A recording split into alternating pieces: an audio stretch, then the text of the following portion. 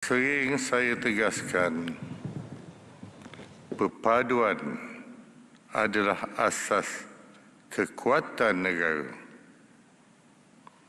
Oleh itu, bagi menjamin kemajuan ekonomi, keharmonian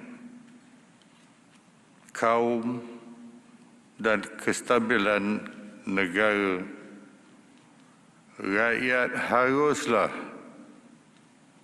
bersatu hati, bertolak ansur, saling menghormati serta berpegang teguh kepada prinsip rukun negara.